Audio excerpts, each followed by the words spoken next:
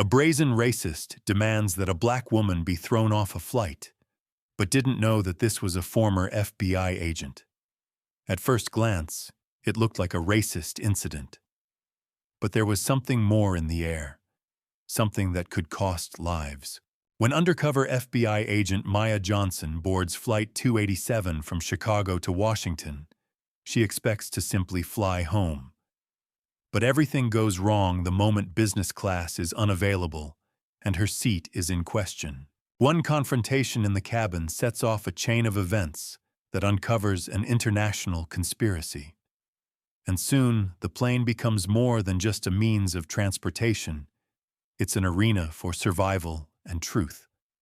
Maya Johnson hated flying, especially in coach, especially after a 6-month undercover sting, when all she wanted was coffee, a shower, and sleep. And silence. But the morning flight from Chicago to Washington quickly reminded her that silence isn't always an achievable goal. "Sorry, but this is my seat," she said calmly, stopping at row 13F. The man, about 50 years old and graying at the temples, didn't even look at her. "No, you're mistaken. I have a seat by the window here." Maya checked her boarding pass. 13F, that's right. "I have a ticket." She held out the document. The man sighed, as if he had been torn away from something important, and reluctantly took the paper. "See? I have 13F. Apparently a system error." He handed her the ticket back and looked over his glasses. "Listen, I'm on a business trip. I'm tired." His voice became louder. "Maybe you could move?" Several heads turned. The stewardess was already approaching. "Excuse me, what's the problem?" Her voice was soft, but firm. Maya showed the ticket. The man grimaced, but stood up, whispering, "God forbid I offend anyone, especially today." The neighbor on the right, a young guy with headphones, took them off and nodded to Maya. She sat down silently. The plane began to taxi. The noise of the engines drowned out the conversations, but tension hung in the air. Across the aisle, an elderly woman was loudly commenting on impudence and modern youth, glancing at the young man with Middle Eastern features sitting next to her. He was silent, his eyes downcast. Maya felt a familiar irritation rise up inside her. She wasn't in the mood to interfere. Not yet. But this was all too on the surface, too revealing. The first 20 minutes of the flight passed quietly. Some fell asleep, some turned on their laptops. Maya pretended to read, but all her attention was on the people. The man who had given up his seat, Richard, she would later learn, had glanced at her several times. Sharp, attentive, not the usual irritation, not fatigue, something else. Then, business class movement, noise, voices. "Is there a doctor on board?" The guy with the headphones unbuckled himself, quickly, without hesitation. He walked to the front of the cabin. Maya recognized him as the student who had been scolded by the older woman. He introduced himself as Tariq Aziz, a medical intern. He worked clearly and calmly while the flight attendants fussed. The passenger, an elderly man, lay unconscious, his face pale. About 5 minutes later, he came to. Maya was already on her feet, standing a little to the side, not interfering, but she watched. Always. When things calmed down, she noticed. Richard had gone pale. He was looking at the victim with concern. This was not just a passenger. They knew each other. And that was bad. Later, when the plane was quiet, she pulled out her office phone. The secure network was working, but intermittently. She wrote a short message. "Confirm identity. Richard Whitfield. 13F. Contact with passenger from business class. Visual, Walter Mason. Communication possible. Checking the Attendant Foundation. There was no answer yet, but she didn't expect a quick response. As she watched, Tariq returned to his seat. His face was slightly tired, but not tense. He had been in situations like this before, you could tell. He noticed Maya looking at him and nodded. Maya nodded back. She was about to sit down again when she caught Richard's gaze. He wasn't looking at the passenger he'd saved. He was looking at Tariq, and the look in his eyes left no doubt. It wasn't gratitude. Soon the flight attendant began serving drinks. Richard took the water and then, almost in a whisper, said, "You are not who you say you are." Maya looked straight at him. "Sorry?" "It's not just a place. It's an observation point, isn't it?" She didn't answer. He grinned and turned to the window. Everything became clear. He knew. Both the test and the change of location were part of the game. Only now Maya didn't know who was testing whom. The plane was flying at an altitude of 11,000 meters, and under her feet was a case that could become the most serious in her career. Or the last. The flight continued. The tension eased a little, but Maya did not relax. She knew it was only the beginning. From the moment Walter Mason woke up and met Richard Whitfield's gaze, the puzzle in the agent's head began to come together. The flight attendants bustled about, handing out drinks and apologizing for the incident. People returned to their books and gadgets. Only Maya continued to watch. Richard was typing something on his phone without looking up. Every now and then he glanced at Tariq, who had put his headphones back on and closed his eyes. It seemed like it was all over for him. But Maya could see. He was tense. He was waiting for something. Her secure phone vibrated faintly. She glanced at the screen. The answer had arrived.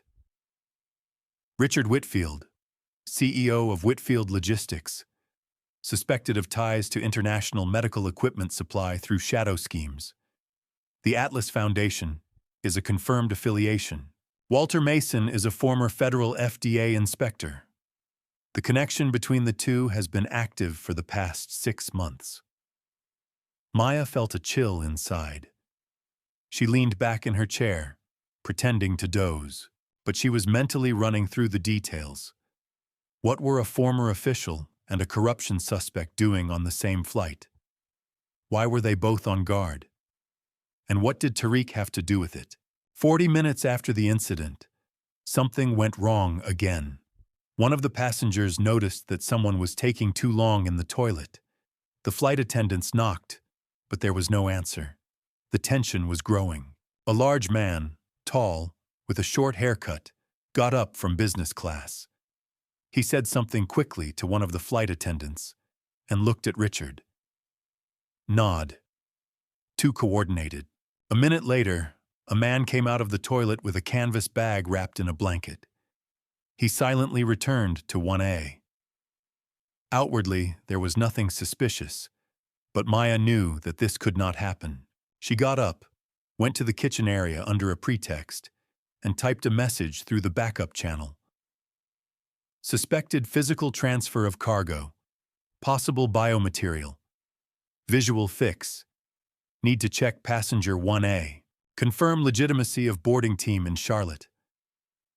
The connection was weak, but she hoped the message had gotten through. When she returned, she saw Tariq standing in the aisle and discussing something with the crew.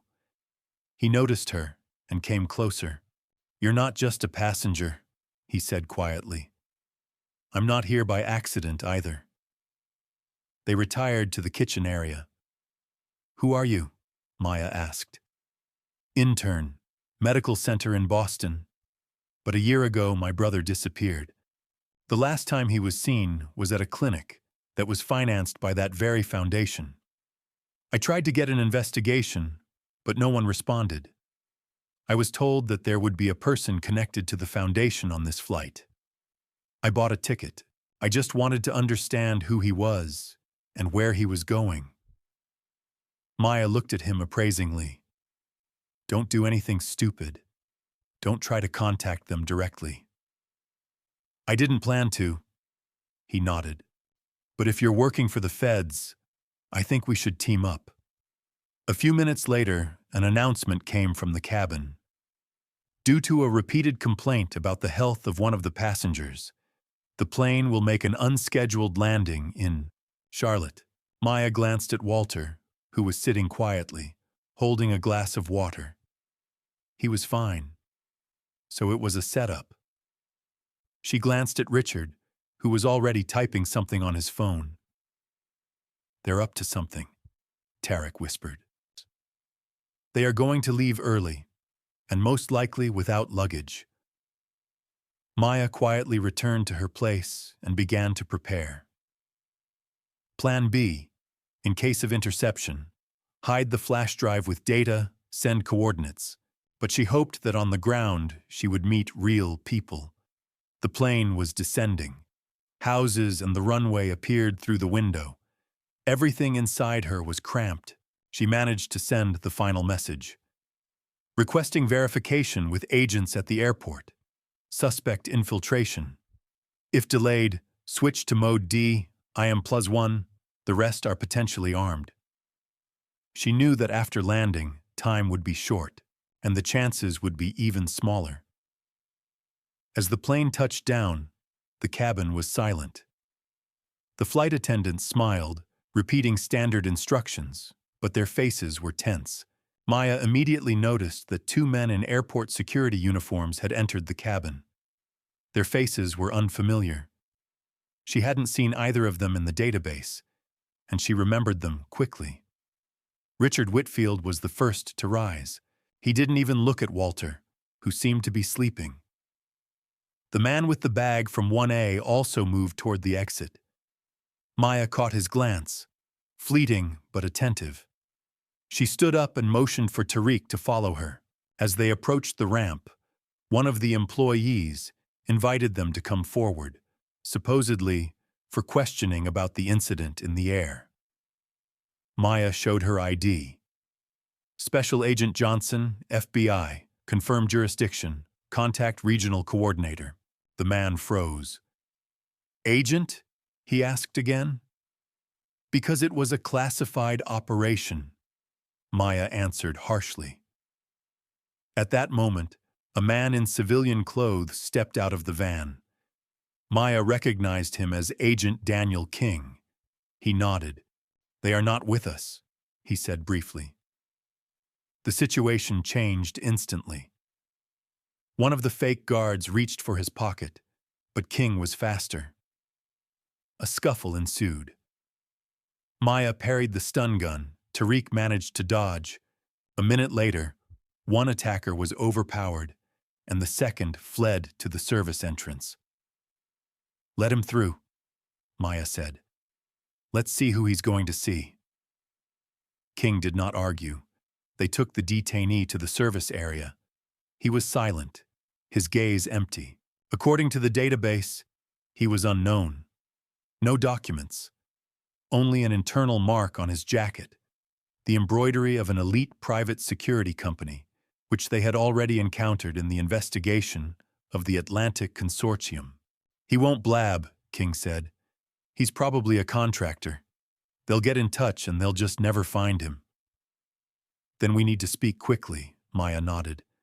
We don't have much time. They connected to a secure channel. On the screen were scans of transactions, supply contracts, route sheets from Singapore and Lagos, cargo movement data signed by Richard Whitfield. But one file was different. Internal correspondence that spoke of a specific shipment and mentioned Type 4B objects. Tarek turned pale. 4B is a code in medical classification. This is how minor donors are marked. We'll publish this, Maya said quietly. But first, the arrest. Message from the observer. Target moving toward the south gate. Passenger 1A has entered the black SUV. King is tailing. He won't leave? Asked Tarek. We'll smoke him out. But this is just the beginning. 15 minutes later, King reported that the car had left the security zone and stopped at the warehouse terminal. It looked like they were going to load or unload. Let's go through the east entrance. There's a plan, Maya said. They approached from the other side. Tariq stayed outside. Maya slipped into the shadows between the containers. The SUV was empty, but there were people in the hangar. At least 3. One of them was talking on a satellite phone. If she's not stopped, she'll go all the way. And the guy too. Not as easy as it seemed. Maya recorded the conversation on a microphone. It was risky to proceed further, without a warrant, without support. But there was no choice. She passed the signal to King. 10 minutes later, the local FBI office arrived on the scene. Proven. The assault began. Everything happened quickly, with almost no shooting. 2 were detained. 1 escaped. Containers were found inside. Not medical equipment. Clothes, personal belongings, and separate sealed packages with documents and medical records. All of them were for minors. It was later revealed that these children were listed as missing. Many were from areas where the Foundation's mobile clinics operated. They were going to ship them through Canada, one of the agents said. That's just one of the points. Maya looked at Tarek. He didn't ask anything. He just stood there, clenching his fists. We'll find your brother too, she said. Or those who were with him. He nodded silently. Now they had proof. They had names. All that was left was to make sure the truth didn't disappear with them. The Charlotte operation was just the tip of the iceberg. An hour after the arrests, Maya received a message from Washington. 2 detainees had been released without explanation. The search warrant had been revoked, and the digital footprints had been erased. This meant only one thing. The Atlanta Consortium had patrons at the federal level, and they had already begun to act. Maya, Tariq, and King remained in the airport terminal, formally as witnesses to the incident, but essentially isolated. Access to passenger areas was blocked. Their movements were tracked. Even attempts to connect to the network were recorded and blocked. They're clearing us out, King said briefly, looking at the darkened laptop screen. They started from the top. We have copies, Maya reminded, and most importantly, a living witness. Walter Mason was nowhere to be found. He was not listed in the database of those who had been flown out, nor among those detained. That was bad. It meant that he had been taken outside the protocols, and time was running out. Maya brought up a map of the airport's service corridors on the screen. Look, she pointed to the area between the cargo hangar and the southern exit. There are no cameras here. They could be holding him there. We're catching up, Tariq said, already standing up. Stop. They won't be going there alone. They'll need a head start. You're with me. King, stay in the team and track the equipment. If we go missing, pass it on to the federal prosecutor, the hotline, the media, even the New York Times. King nodded. He had that very experience when you can only trust information, not structures. They made their way through the technical corridor. Signs saying service entrance, empty warehouses, concrete walls. Someone was behind. Maya felt it in her gut. A moment later, quick steps. She stopped abruptly and turned around. A man in a security uniform. But the badge was fake. The restraint, the body, the behavior. A mercenary. She had seen dozens of them. In his hand, a pistol. He didn't have time to raise his weapon. Tariq rushed at him first. knocking him down on the concrete floor. A few blows, and he was already unconscious. "Are you sure you're a student?" Maya breathed out, picking up his ID. "I read a lot, and I lived in a bad neighborhood. There's an internship there, too." They reached the back area, a metal door with an access panel. The master key worked. Beyond it, a hangar. Dust, cables, crates, and someone's voice. A transmission via the southern gateway. Helicopter at 1930. 1 extra. Await instructions. There were 3 inside. One of them was Walter. He was tied to a chair, his face battered. The other 2 were civilian guards, armed. Maya raised her gun. "Put your weapons on the floor. Immediately." One of them fired. The bullet went into the wall. She bounced behind a box. Tariq threw a metal case, hit one of the guards. A quick shootout ensued. Maya fired, hitting the shooter in the shoulder. The second tried to escape through the emergency exit, but Tariq intercepted him and knocked him down. 2 minutes later, silence. "Alive?" Maya ran up to Walter. "Barely. But yes," he whispered. They freed him and led him out into the hallway. King was already calling for transport. The car pulled up to the service entrance. Walter sat in the back seat, pressing his hand to his ribs. "I knew it would come to this, but I didn't think I'd live to see it." "Tell me," Maya said, turning on the recorder. "That's it." He spoke, calmly, monotonously, as if he was running through the entire route in his head. Fictitious medical clinics, supplies to Eastern European countries, Whitfield's logistics network, medical visas for treatment of children who disappeared after crossing the border. Commissions, kickbacks, falsified diagnoses, signatures of officials. His signature was there too. "Why did you decide to tell everything?" asked Tariq. "Because I thought my family was safe. And then my granddaughter disappeared. She is the only person close to me. They told me, keep quiet, and they will return her. I kept quiet, but they never returned her." Maya felt that he was telling the truth. King turned into the back entrance of a 1-story office building. Inside was communications equipment, a secure network. They started downloading data.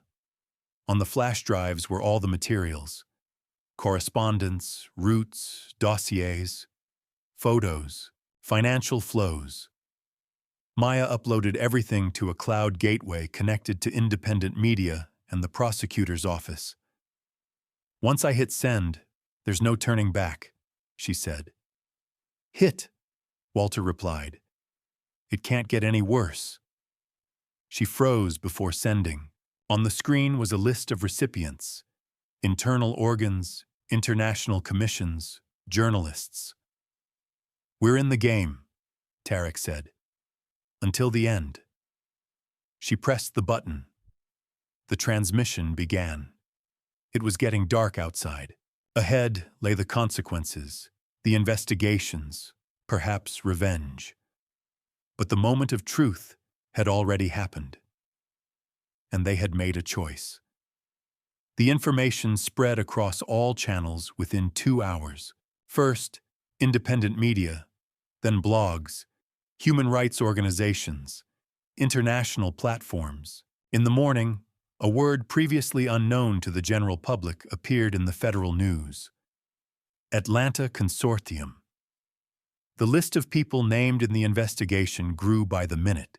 Among them were current officials, employees of state structures, judges, businessmen, and medical specialists. Several senators, 1 deputy minister, and former military consultants.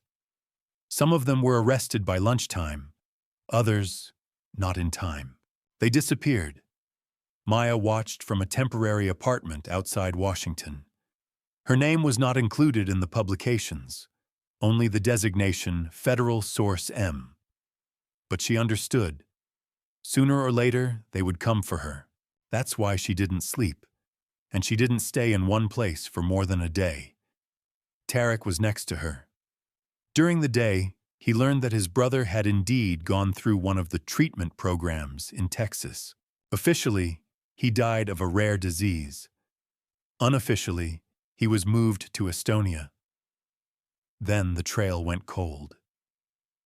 That means someone needed him, Tarek said, looking at the monitor. Which means he might be alive. We will find him, Maya said firmly. She believed in it.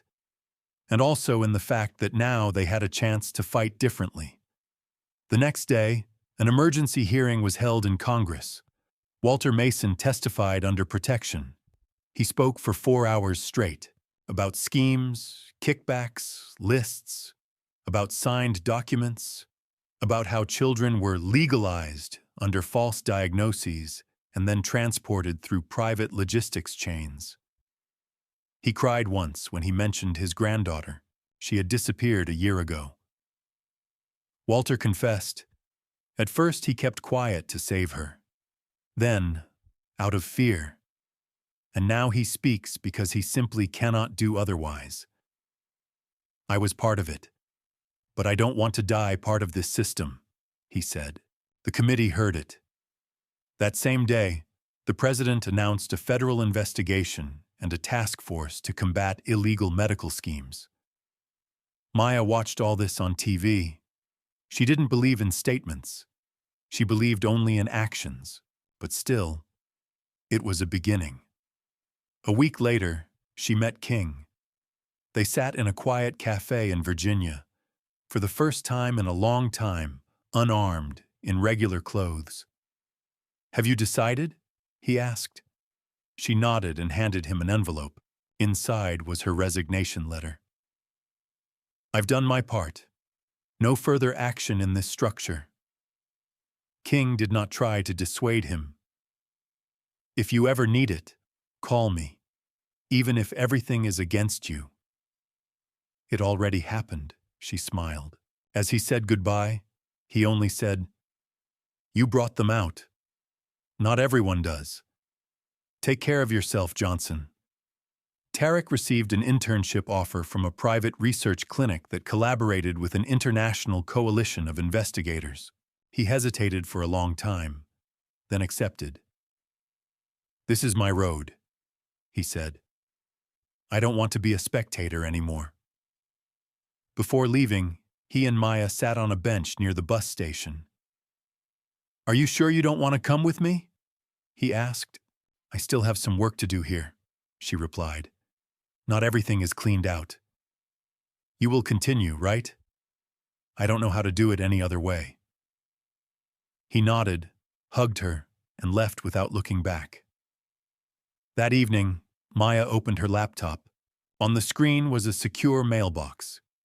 She entered the password, opened a draft, attached 3 files, and wrote, If you are reading this, it means I am no longer here. But you know what to do. Don't be silent. The letter was addressed to a journalist in Europe, a prosecutor, and a human rights group. These files contained data that was not included in the main case, because it was too recent or too dangerous. A week later, one of the journalists who had written about the Atlanta Consortium disappeared. Another was arrested on suspicion of disclosing state secrets. Maya watched the news without emotion. She knew this was not the end. This was just a new phase. Her phone blinked. A message from an unknown recipient. They're looking for you, but not everyone is on their side. Stay east. We'll get in touch. She smiled. Everything is as usual. The work is just beginning.